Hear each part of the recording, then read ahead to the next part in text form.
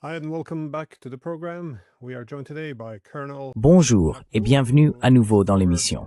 Nous sommes rejoints aujourd'hui par le colonel Jacques Baud, ancien analyste du renseignement de l'armée suisse.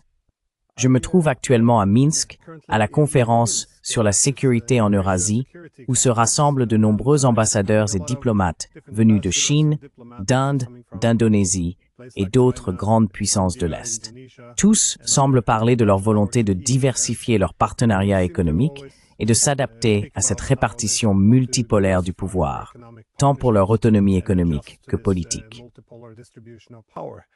Both for economic and political autonomy. Now, I'm frequently asked here, though, why. On me demande souvent ici pourquoi l'Europe agit comme elle le fait. Elle semble aller à l'encontre de ses propres intérêts, en mettant tous ses œufs dans le panier américain, et cela à un moment où les Américains relèguent l'Europe au second plan, tout en extrayant beaucoup de richesses de leurs alliés dépendants. J'ai donc pensé vous poser la question, colonel. On a aujourd'hui le sentiment que les Européens n'agissent plus vraiment dans leur propre intérêt. Comment expliquez-vous qu'ils ne résistent pas, ou du moins qu'ils ne s'adaptent pas aux nouvelles réalités?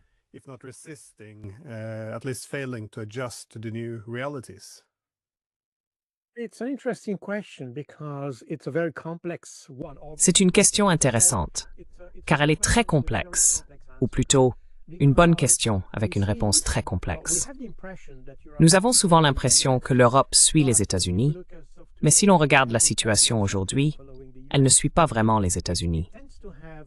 Elle tend à suivre sa propre voie, par exemple dans la crise ukrainienne. Elle ne s'est pas alignée sur la politique élaborée par la nouvelle administration, l'administration Trump, mais a préféré suivre sa propre voie, ce que Gideon Rachman, dans le Financial Times, a récemment décrit comme une sorte d'américanisation de la politique étrangère européenne.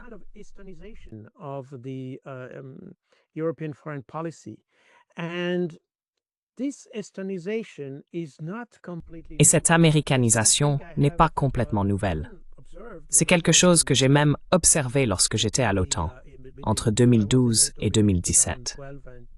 J'ai remarqué, non seulement moi, mais aussi d'autres colonels issus de la soi-disant vieille Europe, qu'il existait un fossé croissant dans les mentalités entre ce que nous appelions autrefois la vieille Europe, la France, l'Italie, l'Allemagne, et ainsi de suite, et la soi-disant nouvelle Europe, essentiellement les anciens pays communistes ou du pacte de Varsovie. Et nous l'avons constaté au niveau militaire. Je ne parle pas du leadership, qui est encore plus complexe à définir, car je pense que ce que nous avons aujourd'hui en Europe, c'est un leadership très immature.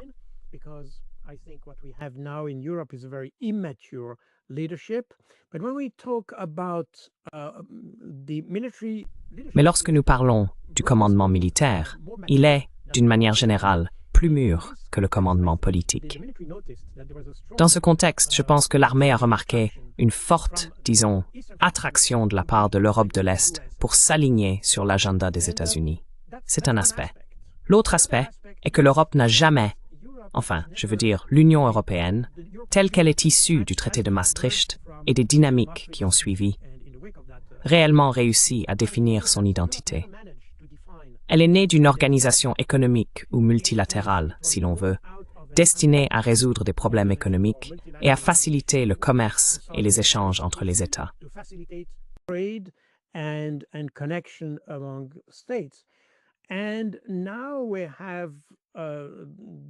Et maintenant, nous avons l'impression que l'Europe veut adopter un rôle plus politique sur la scène internationale. Le problème, c'est qu'évidemment, l'Europe n'est pas préparée à cela. Nous avons donc ici une combinaison de problèmes institutionnels. L'Europe elle-même n'est pas prête pour la tâche qu'elle se fixe, et un leadership immature découle de la situation dans laquelle nous nous trouvons. Je veux dire, c'est intéressant. Un homme politique français a essayé de dresser une sorte de synthèse des profils de divers dirigeants européens, et il a remarqué qu'ils sont tous très jeunes, bien plus jeunes aujourd'hui qu'ils ne l'étaient, disons il y a 40 ans.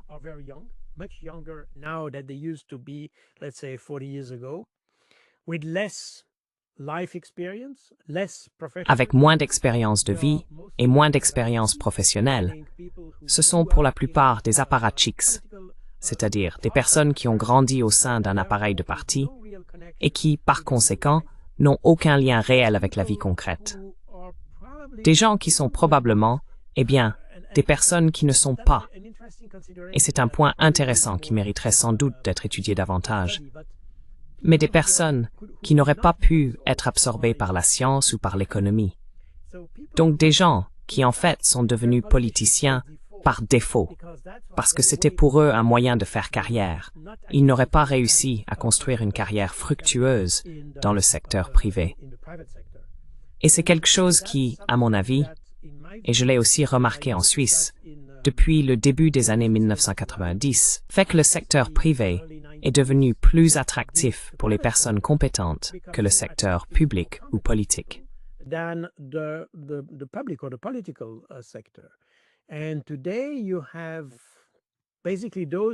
Et aujourd'hui, on a essentiellement ceux qui n'ont pas réussi dans d'autres domaines, qui finissent par devenir politiciens. C'est une formulation un peu schématique, mais je pense qu'elle illustre une véritable tendance en Europe. Des personnes avec moins de compétences, moins d'expérience, moins de connaissances, se retrouvent désormais à la tête de nos pays. Tout cela réuni a donné une Europe qui ne sait plus vraiment où elle va. Et lorsqu'il s'agit des questions géopolitiques actuelles, comme l'Ukraine, ou par exemple l'Iran, la Palestine ou d'autres crises, nous avons une Europe totalement incapable d'apporter une réponse réelle. Ils envoient probablement un peu d'argent, mais c'est tout.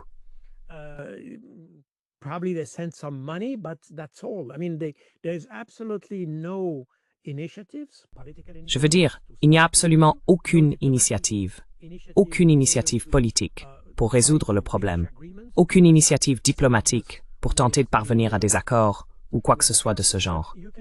C'est évident, avec on peut avoir exactement le même type de préoccupation avec l'Iran, par exemple.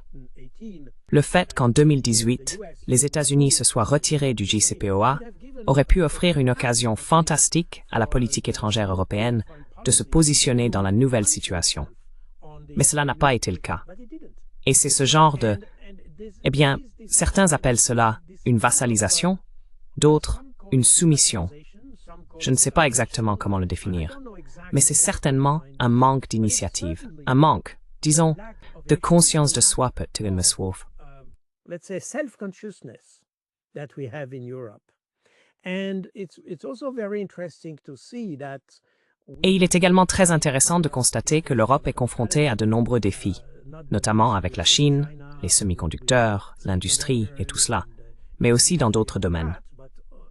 Si l'on en croit, et c'était un commentaire fait, je peux me tromper, mais je crois que c'était M. Fico, le Premier ministre slovaque, il a dit que lors des réunions européennes, il est toujours et exclusivement question de la Russie. Cela semble être une politique étrangère à sujet unique. Il ne traite qu'un seul problème. Et bien sûr, on peut l'expliquer, car je ne suis pas sûr que des personnes comme Kaja Kallas soient les plus futées. Mais cela ne peut pas être la seule explication, car même si elles ne sont pas très brillantes, elles devraient être soutenues par des collaborateurs qui, probablement, attireraient leur attention sur d'autres sujets. Mais apparemment, ce n'est pas le cas.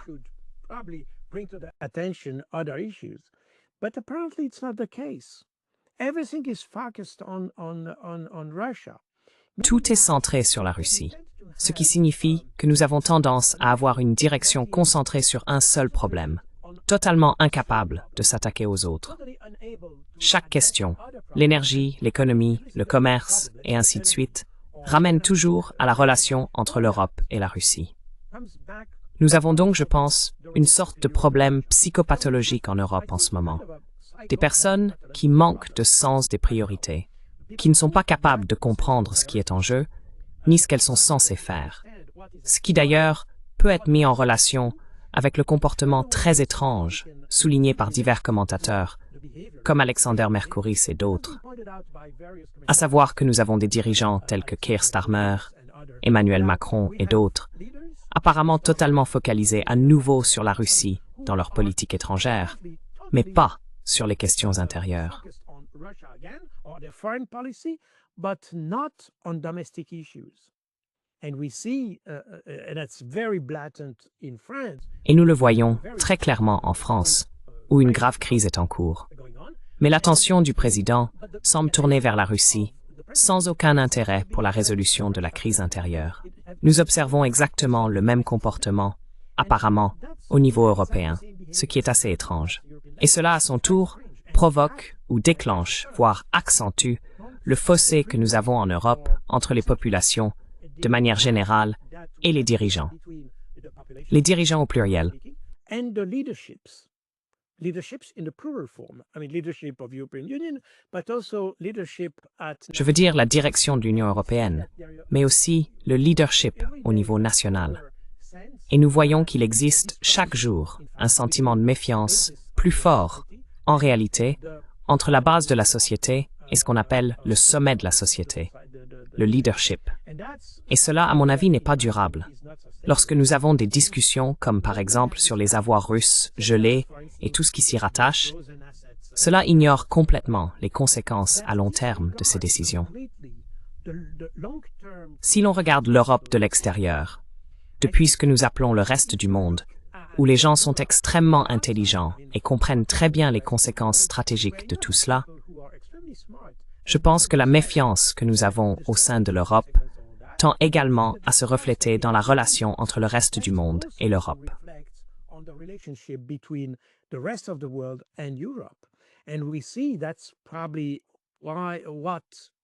Et nous voyons que c'est probablement ce qui suscite également l'intérêt pour d'autres structures multilatérales, telles que les BRICS et d'autres. Même si les BRICS ne constituent pas une alliance, ni une organisation de pays partageant les mêmes idées, le point commun entre tous les membres des BRICS et des groupes similaires, comme l'Organisation de coopération de Shanghai, entre autres, est en réalité une méfiance partagée à l'égard de l'Occident. Et si l'on ajoute à cela le fait que les États-Unis, sous Donald Trump, mènent une politique étrangère extrêmement difficile à comprendre parce qu'elle semble erratique, et elle l'est effectivement, alors tout cela prend sens.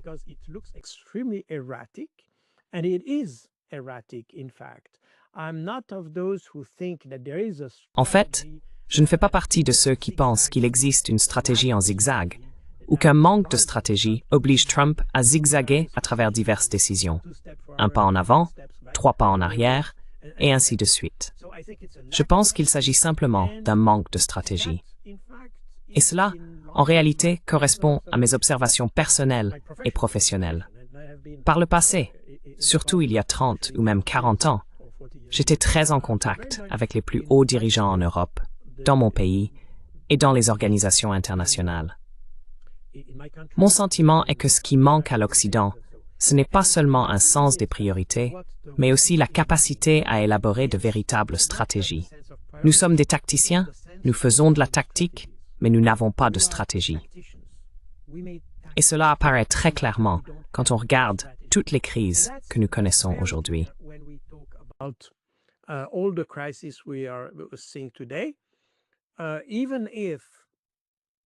Même des personnes comme Trump, par exemple, lorsqu'il s'agit du conflit ukrainien, ont des objectifs, mais aucune stratégie pour les atteindre. Et quand on parle de l'Europe, elle n'a ni objectif ni stratégie. Si vous n'avez pas d'objectif, vous ne pouvez fondamentalement pas avoir de stratégie, évidemment. Nous sommes donc dans cette situation. Il manque un véritable cadre conceptuel pour aborder les problèmes. Et encore une fois, l'Europe n'a jamais réussi à passer d'une organisation économique à une organisation politique. À mon avis, elle a même échoué à remplir le rôle politique qu'elle s'était elle-même attribué. Voilà, en résumé, mon interprétation. Bien sûr, nous pourrions développer tous ces sujets, mais je vais essayer de faire court, car j'ai tendance à beaucoup parler.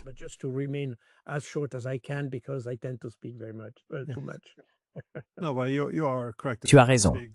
C'est un sujet très vaste.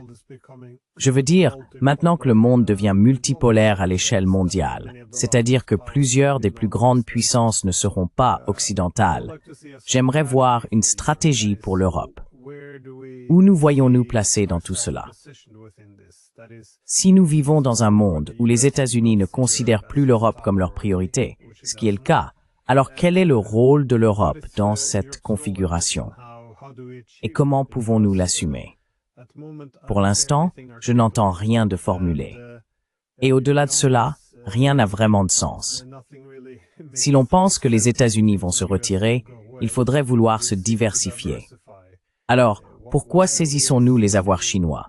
Pourquoi appliquons-nous les sanctions automatiques? Pourquoi menaçons-nous les Indiens de sanctions secondaires? Pourquoi prenons-nous les fonds souverains russes?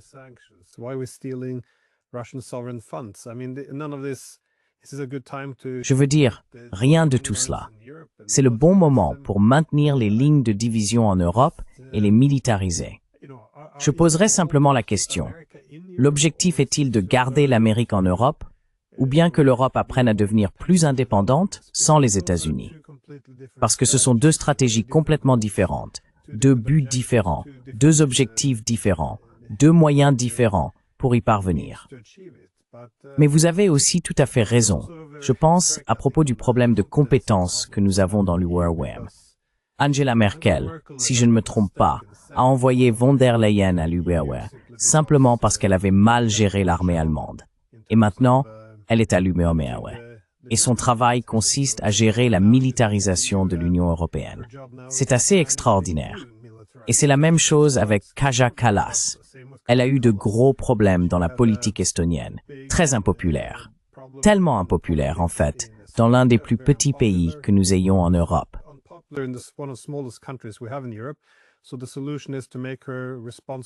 Donc, la solution consiste à la rendre responsable de la politique étrangère de l'ensemble du bloc. Je veux dire, ce n'est pas une méritocratie.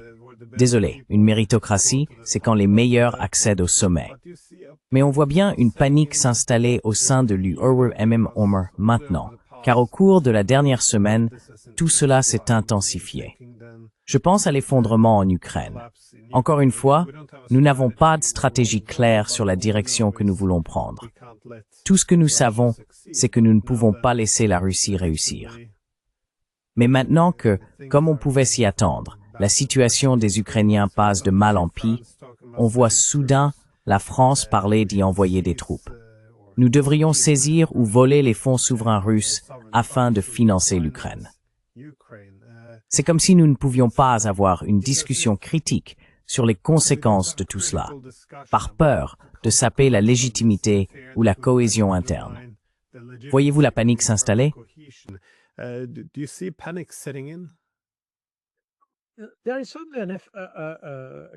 Il y a certainement un effet de panique en jeu. Je veux dire, quand on n'a aucune solution et qu'on ne veut pas revenir, disons, à une sorte de règlement négocié ou quoi que ce soit de ce genre, alors l'option évidente est d'intensifier le conflit. Et c'est probablement ce que nous voyons ici. Mais il y a aussi autre chose. Nous avons mentionné l'Iran et les sanctions automatiques. C'est très intéressant à observer. Je pense qu'il y a une sorte d'héritage que nous portons encore vis-à-vis des États-Unis. Il existe toujours cette crainte de ce que les États-Unis pourraient faire si nous ne nous conformons pas à leurs exigences. En fait, c'est très semblable à une relation de type mafieux avec les États-Unis. Ils imposent une solution et on s'attend à ce que nous l'acceptions.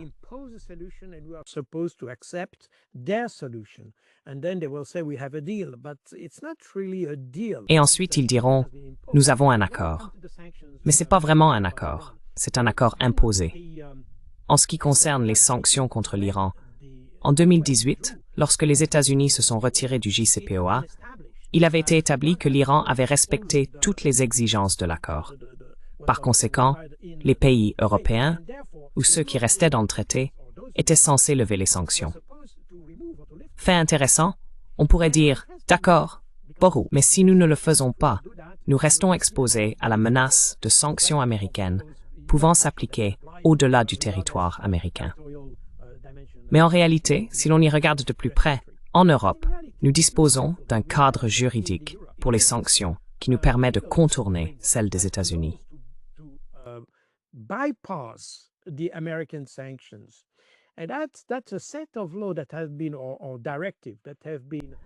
C'est un ensemble de lois ou une directive adoptée en 1996, si je ne me trompe pas, qui permet à l'Union européenne de ne pas se conformer à ces dictats extraterritoriaux imposés par les États-Unis. En réalité, en 2018, les Européens auraient pu activer cette législation, mais ils ne l'ont pas fait. Ils ont donc les outils, la légalité pour le faire, la légitimité pour le faire, mais ils ne l'ont pas fait. Ainsi, au-delà de toutes les questions institutionnelles, il y a aussi un manque de courage lorsqu'il s'agit de s'adresser aux États-Unis. Et cela est probablement encore plus vrai aujourd'hui, car désormais, lorsqu'on parle de l'Ukraine, les États-Unis cherchent à se dégager du conflit.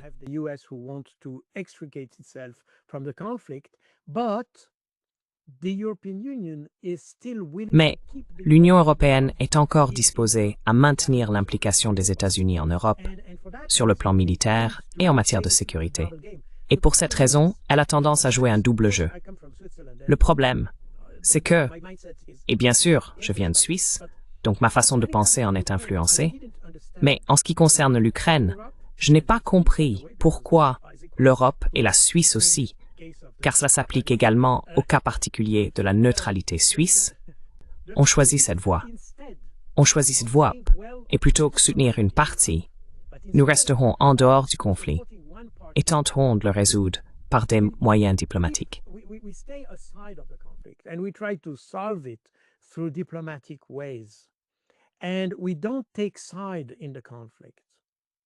Et nous ne prenons pas parti dans le conflit. Peu importe ce que vous pensez de Vladimir Poutine ou de la Russie, ils peuvent avoir tort, ils peuvent avoir raison. Ce n'est pas la question. Le problème, c'est que nous n'avons pas anticipé la possibilité d'une solution diplomatique au conflit. Personne ne s'y est préparé, et personne n'a pensé que probablement dès le tout début du conflit, il aurait été plus efficace d'essayer de résoudre le problème par la voie diplomatique. En réalité, l'Ukraine a reconnu cette question très tôt et a entamé, dès le 25 février 2022, un processus diplomatique qui s'est poursuivi à Istanbul, et ainsi de suite.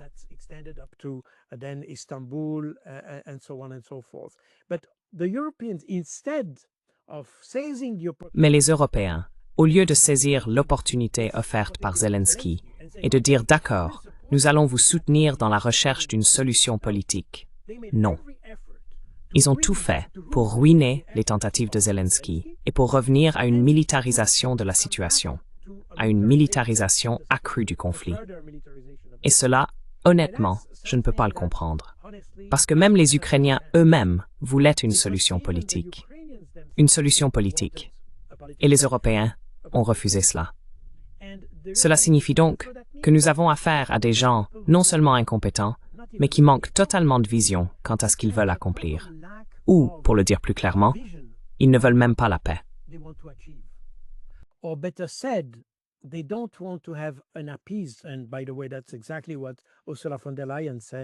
Et d'ailleurs, c'est exactement ce qu'Ursula von der Leyen a déclaré en septembre 2022 dans son discours à l'Union européenne, lorsqu'elle a prononcé le discours sur l'état de l'Union. Elle a dit qu'il n'y aurait pas d'apaisement. Ainsi, l'idée que la crise puisse être résolue par des efforts diplomatiques a été complètement écartée.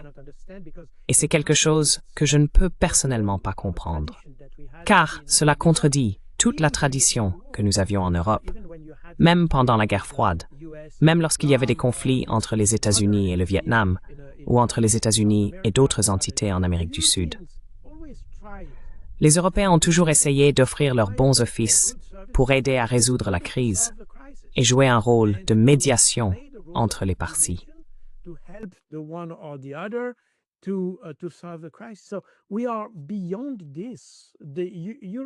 Nous avons dépassé ce stade. L'Europe est devenue plus belliqueuse que même les États-Unis, dans une certaine mesure. Et c'est quelque chose que je ne peux pas comprendre, surtout parce que l'Europe est plus vulnérable que les États-Unis face aux conséquences. Nous l'avons vu avec la Syrie, par exemple. Nous avons soutenu la rébellion contre Bachar el-Assad. D'accord, très bien. Mais la conséquence de cela a été que nous avons accueilli les opposants de Bachar el-Assad dans nos pays comme migrants, et ainsi de suite. Et aujourd'hui, on peut en voir le résultat en Suède, et dans d'autres pays. Je veux dire, c'est devenu un véritable problème de société, parce que nous n'avions jamais anticipé les conséquences. Au lieu d'essayer de jouer les médiateurs entre les parties, nous avons pris parti pour l'une d'entre elles, et nous n'étions pas préparés à cela.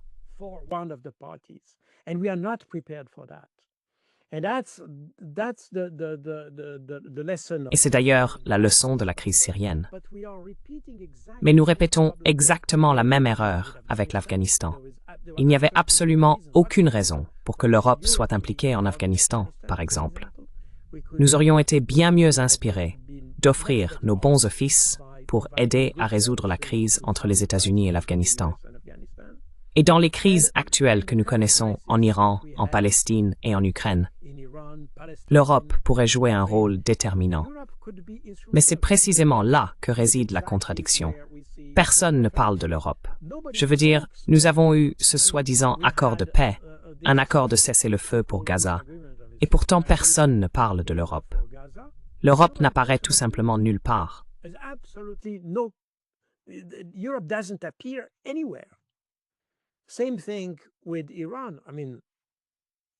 Même chose avec l'Iran. Je veux dire, sauf que là, on parle d'une sanction éclair, mais on ne sait même pas pourquoi. Et sans parler de l'Ukraine. L'Europe est donc devenue totalement inexistante, parce que l'Europe a tendance à avoir peur des États-Unis et à se comporter selon ce que les États-Unis attendent. Le reste du monde a perdu confiance. Et c'est pourquoi, en fait, nous provoquons maintenant la construction d'un monde alternatif, pour ainsi dire, un monde doté de capacités de moins que l'Occident d'as avant la Seconde Guerre mondiale. En réalité, l'Occident avait besoin de l'homme pour se développer.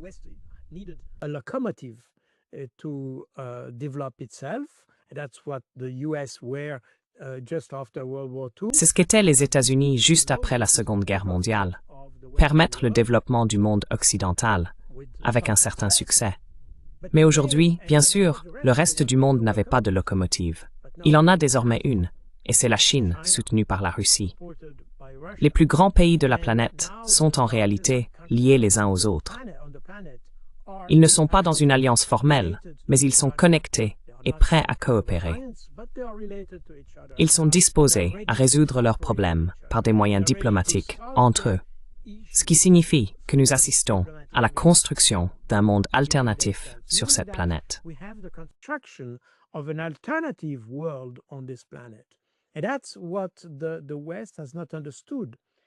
Et c'est ce que l'Occident n'a pas compris. Si nous continuons ainsi, nous verrons le reste du monde s'éloigner encore davantage de nous, et ce sera nous qui finirons isolés. Cela arrivera probablement plus tôt que nous ne le pensons. Tout simplement parce que, si l'on parle de technologies nouvelles ou émergentes, les technologies propres, où se trouvent les pays qui mènent dans ce domaine? Ils sont en Asie, ils ne sont plus en Europe. Et donc, nous pourrions souffrir bien plus que nous ne l'imaginons, du fait de ne pas avoir une politique d'ouverture et de confiance. Une politique de confiance avec le reste du monde.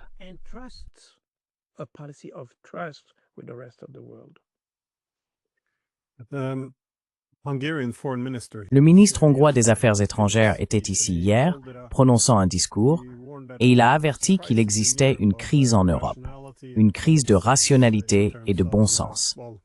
Il résumait plus ou moins ce que vous avez dit, en se concentrant sur les mêmes idées.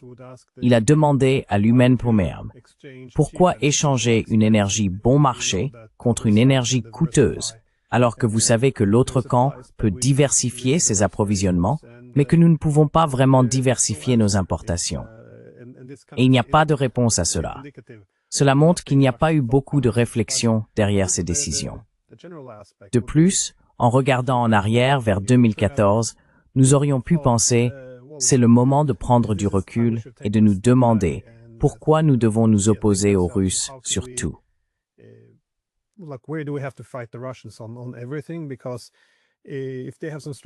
Parce que s'ils ont des intérêts stratégiques qui semblent légitimes et avec lesquels nous pouvons nous accorder et nous harmoniser, alors il est évident qu'il faut le faire avant d'engager une confrontation totale visant à vaincre l'autre camp. Mais malgré tout, il y a cette avancée continue. Et comme vous l'avez mentionné, on l'a vu aussi en 2019. Je veux dire, la majorité des Ukrainiens lors de cette élection, 73%, ont voté pour la plateforme de la paix. Mais ce sont les Européens, qui finançaient principalement les ONG, qui en substance mettaient en garde ou empêchaient Zelensky de réellement mettre en œuvre le résultat démocratique. Et cela me paraît étrange, car encore une fois, si nous voulons combattre les Russes, d'accord, si c'est l'objectif, alors il faut définir des objectifs clairs.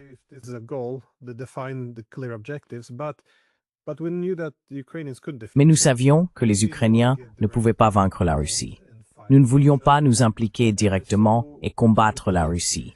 Alors nous avons écarté la voie diplomatique, le choix démocratique des Ukrainiens et placé l'Ukraine sur la voie de la guerre, dont nous savions qu'elle ne pouvait pas sortir victorieuse. Et même maintenant, quand on parle peut-être d'impliquer l'OTAN d'une manière limitée, eh bien vous savez, si l'OTAN s'implique, soit elle s'implique pour gagner, soit elle ne s'implique pas du tout. Sinon, cela ne fera que discréditer tout le bloc militaire. Donc cela n'a pas de sens pour moi quand les Français veulent envoyer peut-être 2000 soldats. Pourquoi? C'est tout simplement très surprenant pour moi. C'est complètement rationnel, désolé.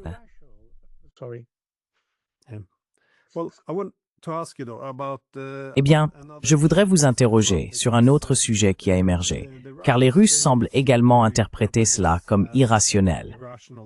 Ils pensent aussi que nous pourrions prendre des mesures menant à la guerre, alors que l'Union européenne renforce sa position au moment même où les Russes cherchent à rétablir leur dissuasion. Ainsi, les Russes se renforcent, d'abord avec davantage d'Oreshniks et de véhicules blindés. Mais il y a maintenant ce nouveau missile, le missile nucléaire Burevestnik. En tant que colonel et officier du renseignement, comment évaluez-vous cela? Je sais que vous êtes à la retraite maintenant, mais il semble que nos propres analystes du renseignement n'aient pas beaucoup d'informations sur ce missile. Quelle est votre lecture de la situation? Et pourquoi est-ce important?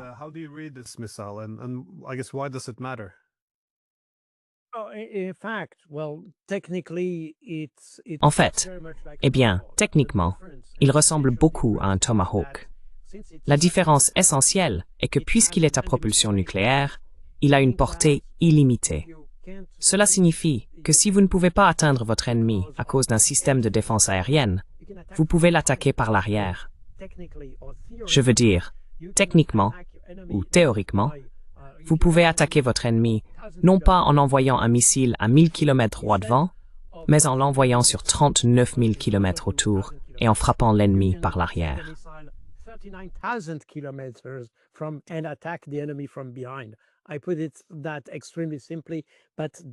J'ai résumé cela de manière extrêmement simple. Mais c'est là l'essence du problème que pose le Burevestnik pour l'OTAN, car c'est un système qui peut, en réalité, atteindre n'importe quel point de la planète. Et comme il vole à une altitude de 25 à 100 mètres, il peut pratiquement contourner presque tous les systèmes de défense aérienne, et en fait, ne serait pas détecté. C'est donc, dans une certaine mesure, un véritable changement de donne. Mais le vrai problème ici, c'est que, au-delà de ces nouveaux armements qui apparaissent, et d'ailleurs, remarquez que les Russes semblent être à l'origine de ces armements, ils sont en développement depuis des années. Le Burevestnik est en développement depuis des années. Nous le savons, ce n'est pas complètement nouveau.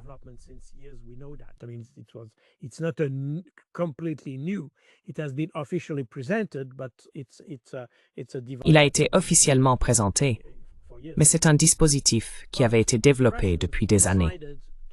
Les Russes ont décidé d'annoncer officiellement son existence maintenant, comme ils l'avaient fait avec l'Oreshnik. Chaque fois qu'ils rendent public ce type de nouvel équipement, oui, officiellement nouveau, c'est lorsqu'ils estiment qu'il existe une menace.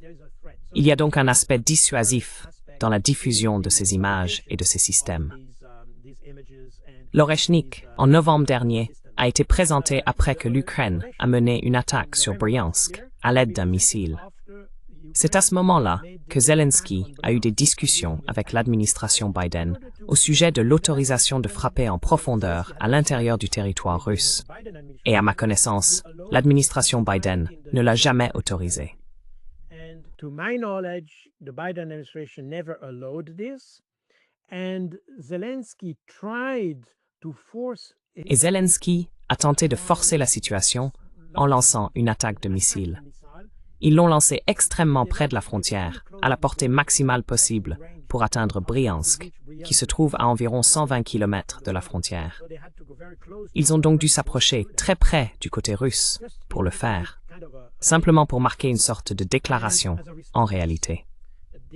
Et en réponse, comme certaines rumeurs laissaient entendre que Biden pourrait accepter l'idée d'autoriser des frappes à longue portée, les Russes ont répliqué avec l'Oreshnik contre l'usine Yushmash à Dnipropetrovsk, qui, soit dit en passant, était également un site de production du missile Ashrim-2 ou Grom-2, un nouveau missile présenté à l'été 2024 par les Ukrainiens.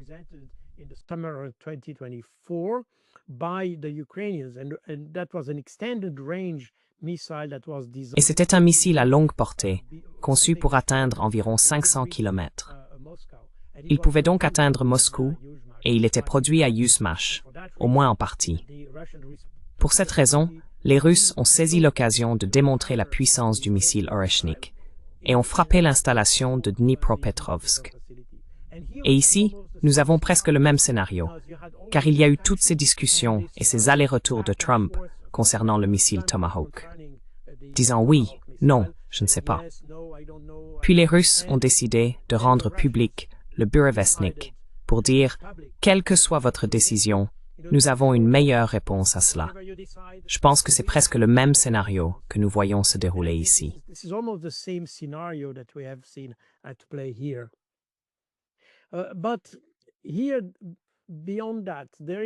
Mais au-delà de cela, il y a quelque chose que vous avez mentionné, le rôle de l'Europe et de l'OTAN. On peut constater que l'OTAN, en tant qu'organisation, en tant qu'alliance, n'a pas vraiment été impliquée dans le conflit. Il y a évidemment des pays membres de l'OTAN qui le sont, le Royaume-Uni, la France et ainsi de suite, mais pas l'alliance en tant que telle. Et l'on observe même un écart croissant dans les mentalités vis-à-vis des États-Unis, qui sont la pierre angulaire de l'OTAN, car l'OTAN a été construite autour de la puissance nucléaire américaine. C'est-à-dire qu'il s'agit d'une alliance nucléaire, comme Jens Stoltenberg l'a répété à de nombreuses reprises. L'OTAN est une puissance nucléaire. Mais puissance nucléaire signifie qu'elle est conçue pour un type de conflit différent de celui que nous avons en Ukraine.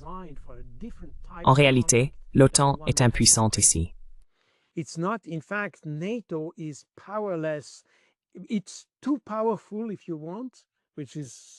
C'est trop puissant, si l'on veut, ce qui est un peu étrange, parce que nous avons tendance à dire que l'OTAN est faible. Mais philosophiquement, politiquement ou stratégiquement, l'OTAN n'est pas conçue pour un petit conflit. Elle est faite pour une confrontation à grande échelle entre puissances nucléaires, et c'est là toute sa raison d'être. C'est précisément pour cette raison, en fait, que, afin de fournir une certaine forme de garantie de sécurité, vous vous souvenez peut-être que l'année dernière, en 2024, tous ces traités bilatéraux ont été signés entre l'Ukraine et les pays de l'OTAN, parce qu'on ne peut pas utiliser l'OTAN pour cela. Ils ont donc dû opter pour des traités bilatéraux à la place. Et c'est aussi pour cela que l'Union européenne a compris qu'elle avait besoin d'un pilier de défense. Je veux dire, l'idée a toujours été que l'Europe devait avoir un pilier de défense dans son ensemble.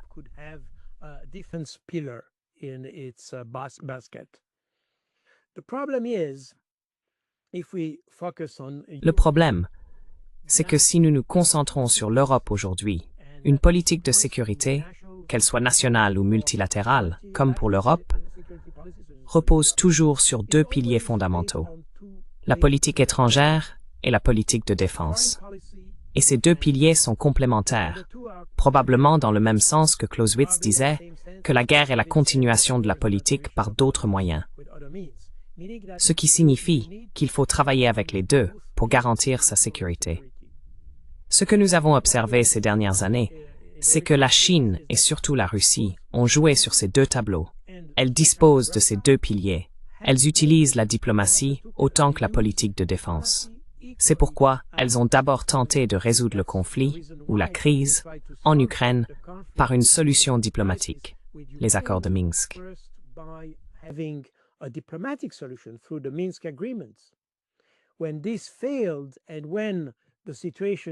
Lorsque cela a échoué, et que la situation a atteint un point où ils ont dû répondre militairement, ils ont décidé d'intervenir le 24 février 2022.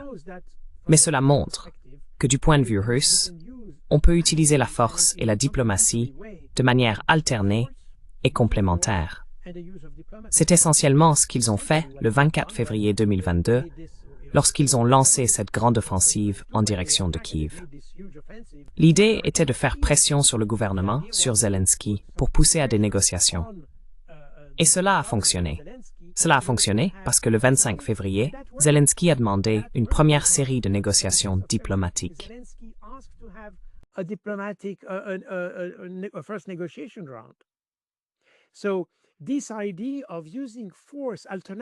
Ainsi, cette idée d'utiliser la force, en alternant entre la force et la diplomatie, pour atteindre des objectifs stratégiques, est absolument claire dans l'esprit et dans la stratégie des Russes. C'est quelque chose que, intuitivement, en Europe, nous comprenons devoir être ainsi. Le problème, c'est que nous constatons que l'Europe n'a ni politique étrangère, ni politique de défense. Et même si nous avons des institutions, notamment le Service européen pour l'action extérieure, dirigé par Kaja Kallas, qui constitue en quelque sorte le ministère des Affaires étrangères de l'Union européenne. Ce ministère est totalement inefficace. Je veux dire, Kaja Kallas est totalement inefficace. C'est même contre-productif, mais c'est un autre sujet. C'est totalement inefficace.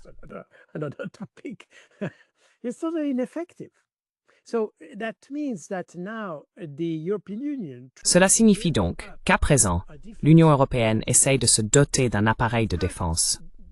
En réalité, elle a construit le deuxième pilier sans se rendre compte que le premier n'existe même pas.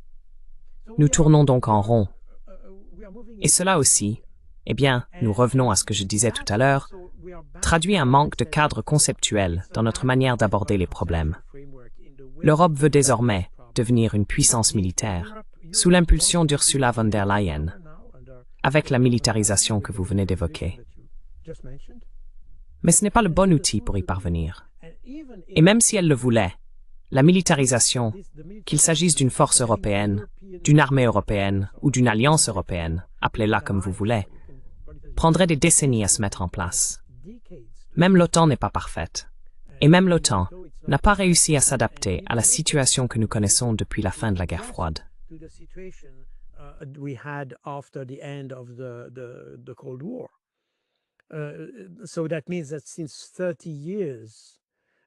Cela signifie donc que depuis 30 ans, l'OTAN n'a pas été capable de s'adapter à la nouvelle situation. Elle repose toujours sur le même vieux concept de guerre nucléaire, toute l'idée de la guerre nucléaire. Et c'est précisément pour cette raison qu'elle ne s'est pas adaptée à la situation actuelle. Cette question s'est posée lorsque l'OTAN s'est impliquée en Afghanistan. Mais là aussi, elle manquait d'une doctrine pour faire face à l'Afghanistan. En réalité, en Afghanistan, l'OTAN n'était qu'une filiale des forces américaines. Et c'est pourquoi, progressivement, et je me souviens qu'en 2008 ou 2009, la Suisse a été invitée à participer à l'opération de l'OTAN en Afghanistan.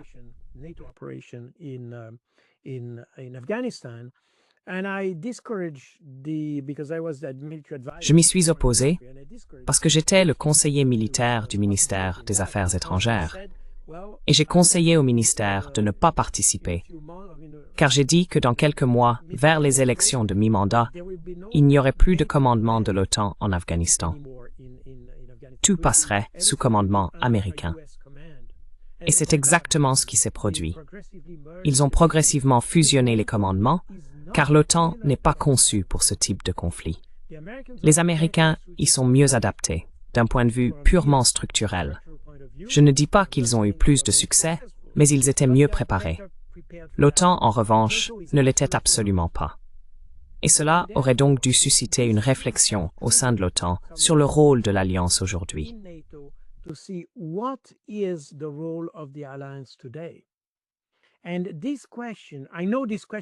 Et cette question, je sais qu'elle est posée, car je connais des personnes au sein de l'OTAN qui y travaillent, mais elle n'a jamais atteint le niveau politique.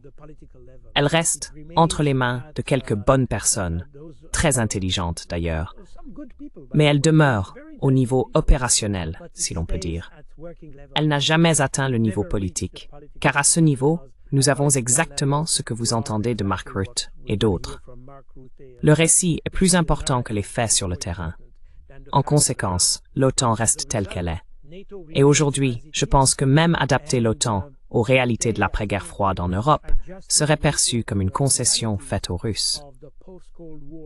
Par conséquent, personne n'est même tenté de le faire.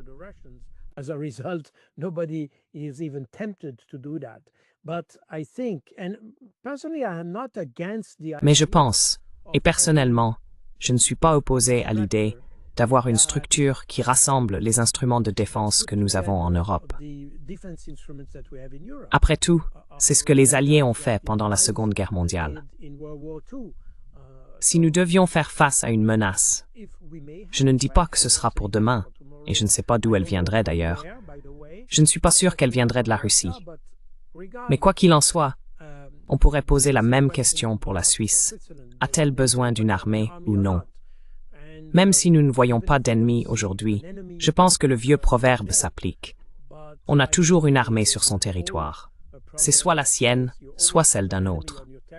Par conséquent, je pense qu'il est sage d'avoir une armée, sans doute pas une capacité de défense complète, mais plutôt une sorte de noyau de défense. Il faut l'adapter à la situation.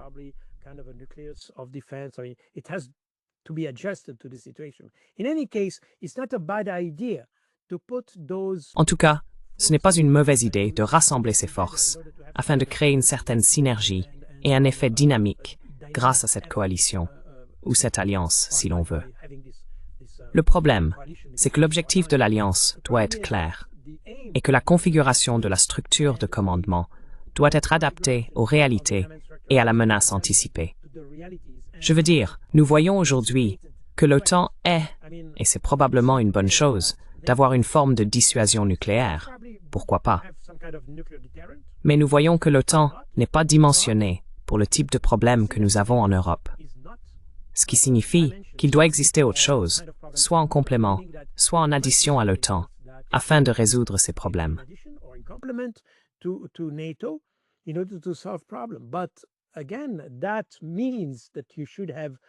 Mais encore une fois, cela signifie qu'il faut des dirigeants rationnels dans ces organisations.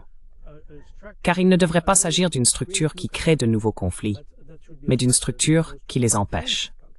Et ce n'est certainement pas ainsi que les pays de l'OTAN l'ont compris. Je veux dire, on le voit clairement avec la France et le Royaume-Uni, notamment, nous avons déclenché des guerres. Et je ne te parle pas de l'Irak, de la Libye, de la Syrie, et ainsi de suite. C'est l'ancien état d'esprit colonial que nous conservons encore en Europe et dont nous devrions nous débarrasser, mais il est toujours là. La puissance militaire ne devrait pas être utilisée pour créer de nouveaux conflits, mais pour les prévenir.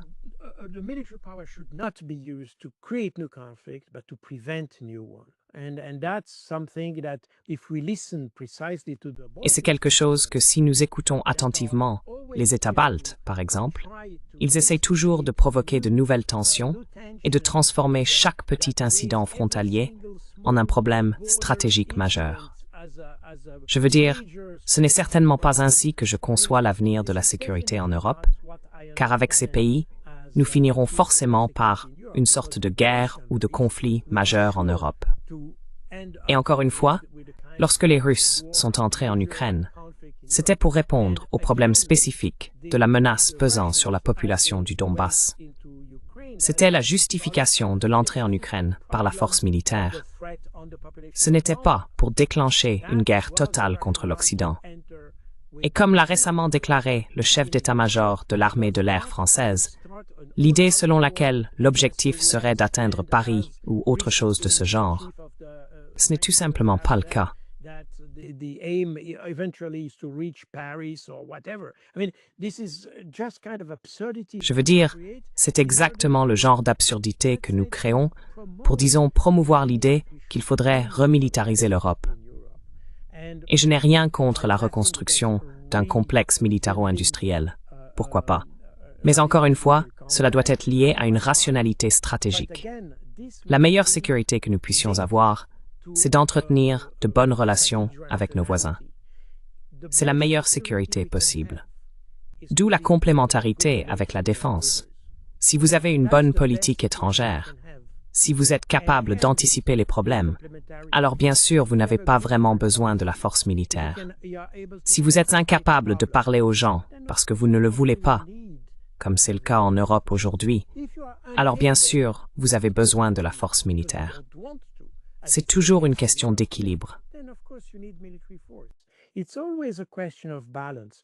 And we need, and here this is the problem of maturity of our leadership. Et nous devons reconnaître, et c'est là le problème de maturité de notre leadership européen, qu'ils n'ont pas su trouver le bon équilibre entre les deux piliers de la politique de sécurité, la politique étrangère et la politique de défense. Je pense que c'est là que réside notre principal problème. Si nous voulons nous remilitariser, reconstruire nos forces armées, pourquoi pas?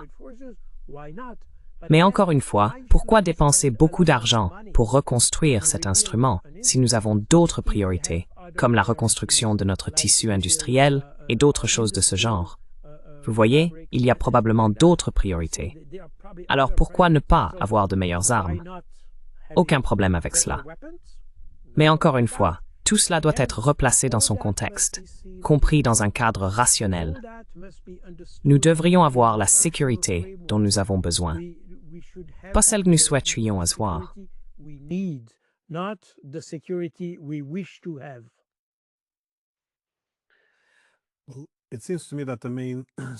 Il me semble que la principale force de l'OTAN résidait dans son effet dissuasif. Mais une grande partie de cette dissuasion reposait sur le fait qu'il s'agissait d'une alliance défensive, attachée au statu quo. Une fois qu'elle est devenue, je dirais, révisionniste par nature après la guerre froide, par exemple lorsqu'elle s'est étendue vers l'Ukraine, cela a forcé ou poussé la Russie, dans une certaine mesure, à agir. Et maintenant, lorsque nous lançons des missiles sur l'Ukraine, ou lorsque les Russes affirment que les Britanniques sont derrière l'attaque contre leur dissuasion nucléaire, la dissuasion prend un sens différent. Ce n'est plus aussi simple. Vous nous attaquez, nous vous attaquons.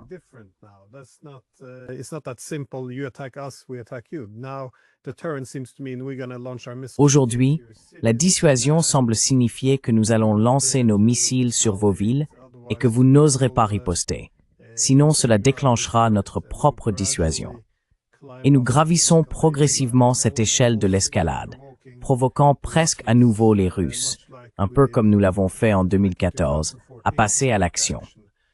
À ce stade, il semble que nous soyons dans une situation dangereuse, car nous pouvons soit aller combattre les Russes et peut-être provoquer la fin du monde, soit devoir reculer. Mais dans ce cas, la dissuasion de l'OTAN est sapée et affaiblie, alors qu'elle constituait sa principale force à l'origine. Eh bien, colonel, merci beaucoup d'avoir pris le temps. C'est toujours très instructif.